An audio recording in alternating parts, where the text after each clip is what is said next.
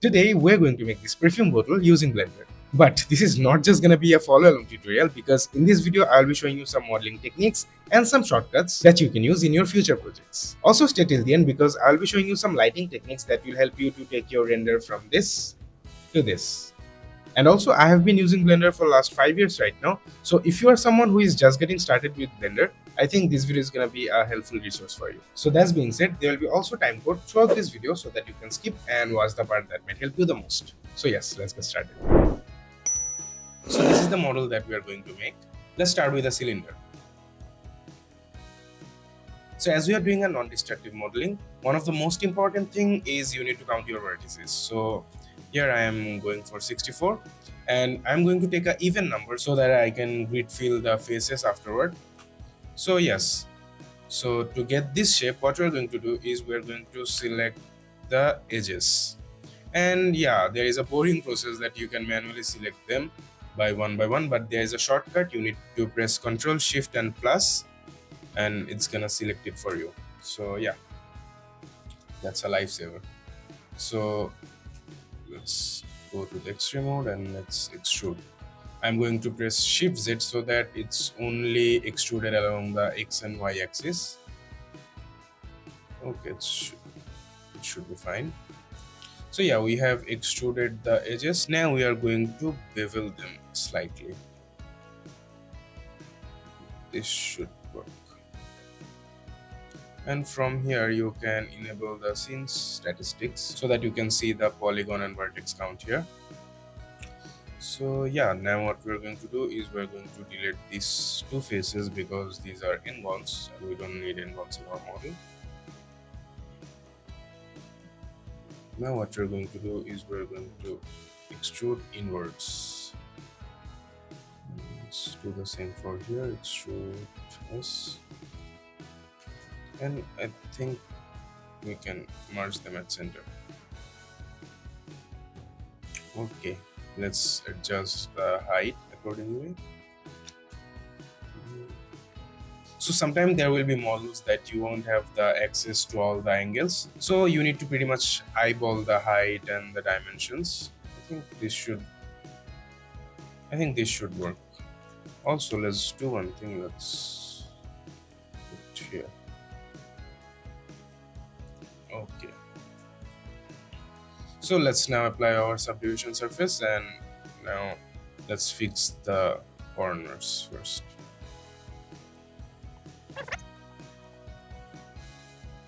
Yeah, it's looking pretty much good. Now what we're going to do is we need to make this a circle.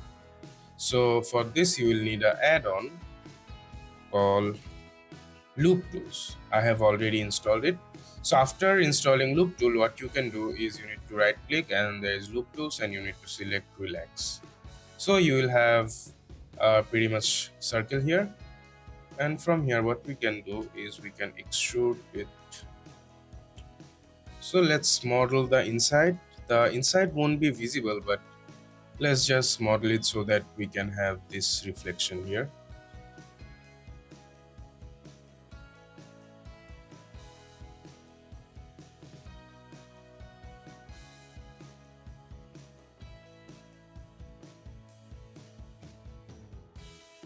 So yes, our base model is almost ready. Let's fill this face also. We're going to add edge loops to secure the corners so that we can have a even corner here. Okay, let's model the upper portion, the cap. So to model it, I'm going to take a part from here and I'm going to select Shift T and S, so and also Shift Z so that it's only scaled along the X and Y axis. Okay, let's select P and selection to have our own separate mesh. Now let's place it here. Let's extrude it inside and let's secure the corners. So we have this extruded part, so let's add a loop cut here, and So what we're going to do here is we're going to press E and S and also press Shift Z so that it's only extruded along the X and Y axis. So after extruding, what you can see that we are having a smooth surface here because we got the subdivision surface, but let's add a bevel modifier here. Let's increase the segments, and yeah, we got pretty much similar thing. I think we can reduce the extrusion here. Let's press this. Let's reduce it a bit. And let's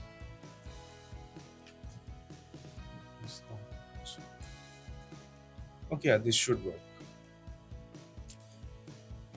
So our base model is almost ready. So here comes a tricky part. So we need to make this part flatten and just to apply the label.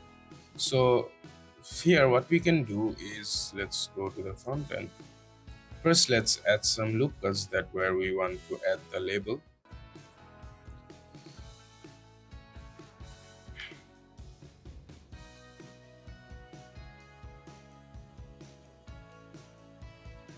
Let's go to the face selection mode and select the faces that we want to flatten.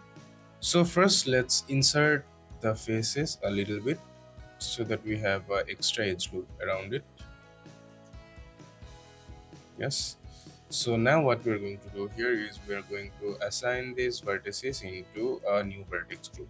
So as we're doing a non-destructive model, we are going to preserve this model so that we can make changes later on. And if this was a non-destructive modeling, what we could do here is we could just select them and then press relax, and this will give us a flattened look, but then there is no going back and we can't have the previous shape again. So what we're going to do here is we're going to add another cylinder,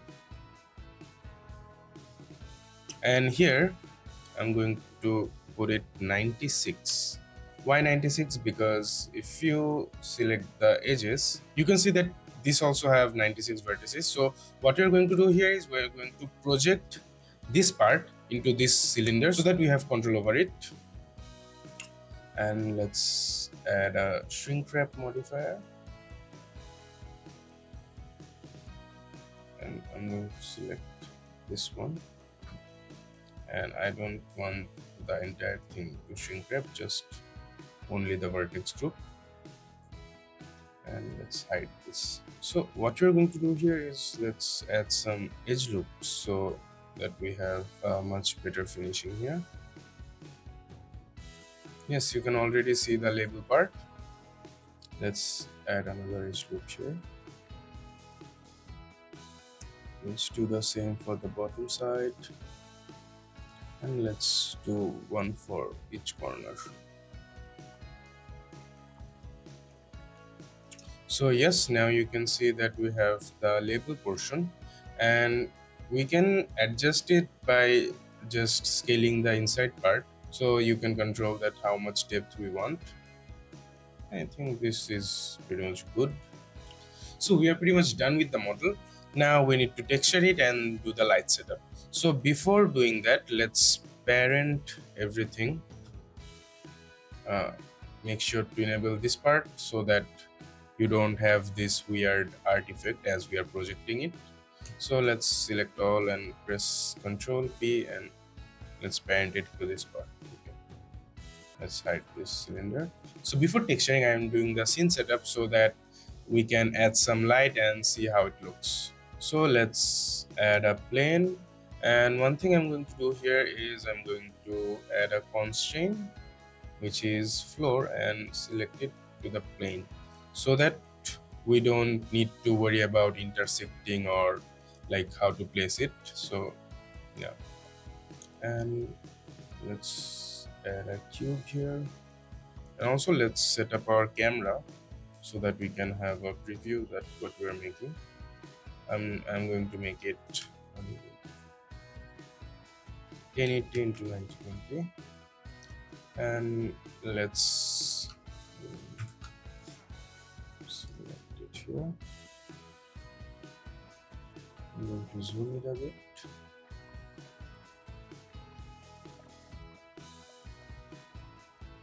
So here's a quick shortcut: press shift and this key so that you can have a first person view. So I am flying out and just adjusting the camera accordingly, and I think we can increase the focal length a bit. Let's bring aside. Okay, also let's bring it here so that we have this corner, and also we need to add a backdrop, so let's duplicate it. Also let's open another preview so that we can see that how it's looking.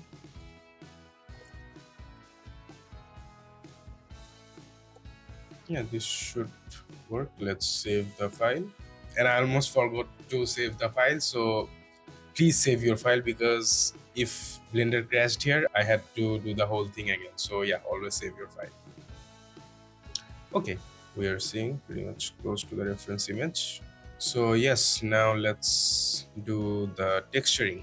So let's bring it up and convert it into a shade editor. So let's apply a new material here, and I'm going to make it a glass material. So what we're going to do here is I'm going to go to the transmission and increase it, and let's go to the Blender preview.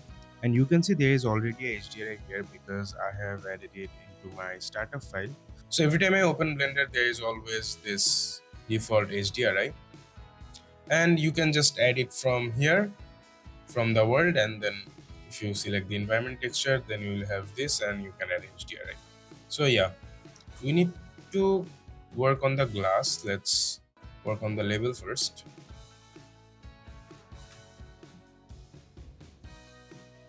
Let's select this. Okay, now let's assign a new material for this,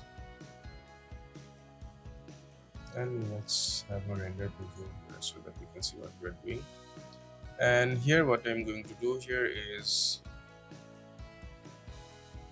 I'm going to duplicate it and add a mix shader, and here I'm going to add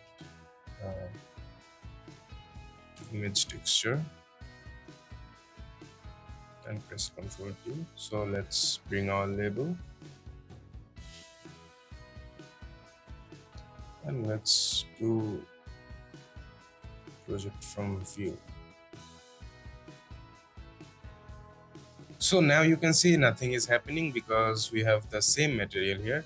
So I'm going to increase the metallic and decrease the roughness. So now you can see that our texture is here.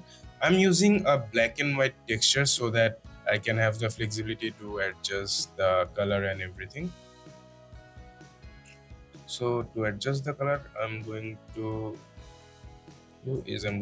add a black body node and then press the temperature to 4000. So yeah, so you can use also RGB colors, but I am using the temperature because for the lighting to have that warm tone, I'm going to use this node. So I'm also using it for the texture. You can use the RGB node also. So here what I'm going to do here is I'm going to add a noise texture and then put it into bump height, and let's put it into normal, and also let's increase the scale, and let's bring down the strength so that we have this kind of texture here. And on this portion we don't want any texture, so it's looking pretty much good. And what we can do here is we can add the same thing here, so it's going to have that golden vibe. Yeah, it's pretty much good. And now let's add the same texture here, but for the rim, as you can see here, this has a golden texture, so we are going to assign a new texture here.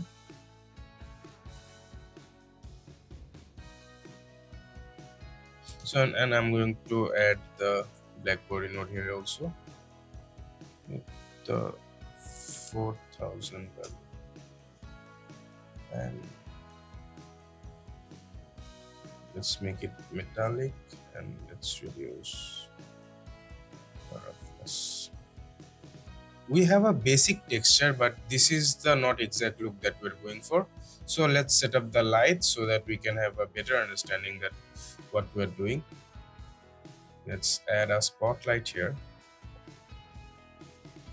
I'm going to take it behind it. Let's increase. Okay, now we are having a better understanding that what we are going to do and where are we going actually. So I think we don't need this long shadow. This should work. And I'm going to increase the radius so that we have this softer finish here. And here what we are going to do here is we're going to use node, and I'm going to use the same black body node with 4000. So yes, now we can see that we have a warm light here and it's looking pretty much good already. So now what we're going to do is we need to add some more light so that we have the details around it. Let's add a light here. So what you can see is it's affecting the whole environment, but we don't want that. We only want this light to affect the model. We don't want it to affect the whole environment. So to do this, what you need to do is, let's select the model only, then select the light, then press Ctrl L. Then you can see that you have the linking option. So we are going to include this only. So now you can see that this light is only affecting this model and the environment is not affected for the light. So by using this, you can customize the light however you want and you will have a better control on the overall lighting situation here. So yeah, this is the trick that I was talking about at the beginning of the video. So yeah, let's continue lighting our scene. So now let's see how we can make this abstract backdrop. So let's add a area lamp. Let's move it here and let's increase the power so that you can see the light, and let's reduce the beam shape so we can have a harsh light, that the exact thing that we are seeing here. To achieve this, we need to add texture to the light. So now let's use node and let's add a noise texture, and now let's pass it by a color ramp. Okay, already you can see that the noise texture is visible. Let's make it 1, and now let's make it a little bit harder. This should work. So let's adjust the angle so we have this. Let's increase the size, z-axis. Okay, now let's make it a little bit softer, and I think we can increase a bit more. So let's make it 0.1. 0.1 is too low. To make it more longer, what we can do here is we can bounce it from even side. Okay, now we can see that we have very much similar shape here. Now we need to adjust the lighting because here it's just plain white. So what we can do here is we can add a mix shader,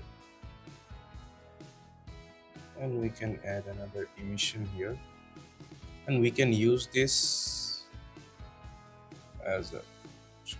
Now let's add the black body,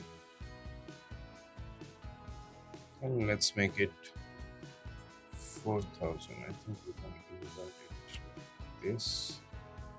And, oops. And we can make this completely black. So yes, now you can see that we have that color also. I think we can adjust the spread a little bit.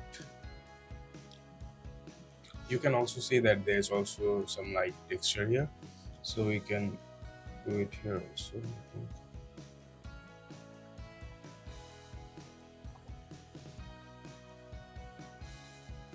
Let's adjust the angle.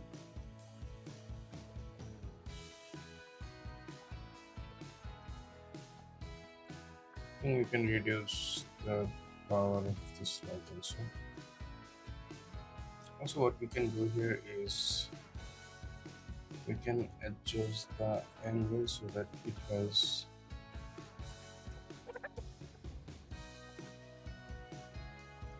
yeah, I think it's looking good. And to add the color to the bottle, we can use the same black body note. You can just use the RGB color also, it's pretty much fine. And let's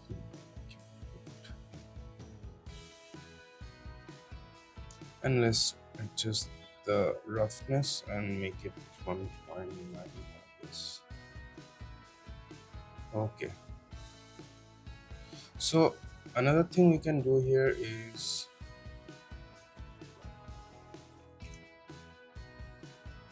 we can extrude it a little bit so that we have this type of look on the inside. Let's select the bottom part and let's extrude it inside. I think this should work. And let's also add edge loops so that it's not rounded. Also, what we can do here is let's see so that we can only select this part and bring it a little bit down if needed. Okay, it's looking pretty much good right now. Also, we are going to add some other lights. We are going to add another light here to light up this thing.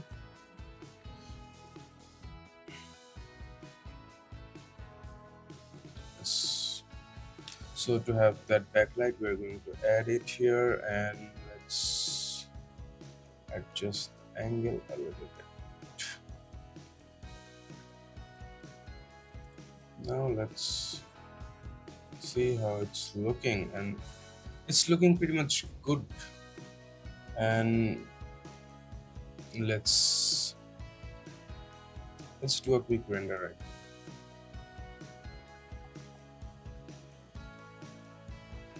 Okay, so here you can see that the edges are too sharp. What we can do here is let's add a bevel modifier here to have a bit smoother edge, and also let's extrude it and also add a bevel modifier. And also let's add depth of field. Let's select our cylinder.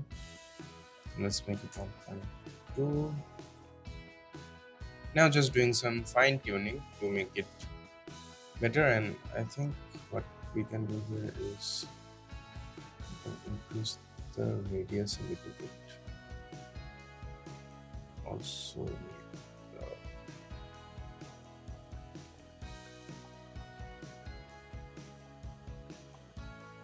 I think for this light we don't need the linking property. Let's remove it, and also let's use node for this one. Simple black body. Okay, yes, now we are having a better look overall. And also what we can do here is let's rotate it a bit so that we have the reflection. Also we can do another thing. Let's add a light just to highlight the logo element. Like here you can see that it's highlighted.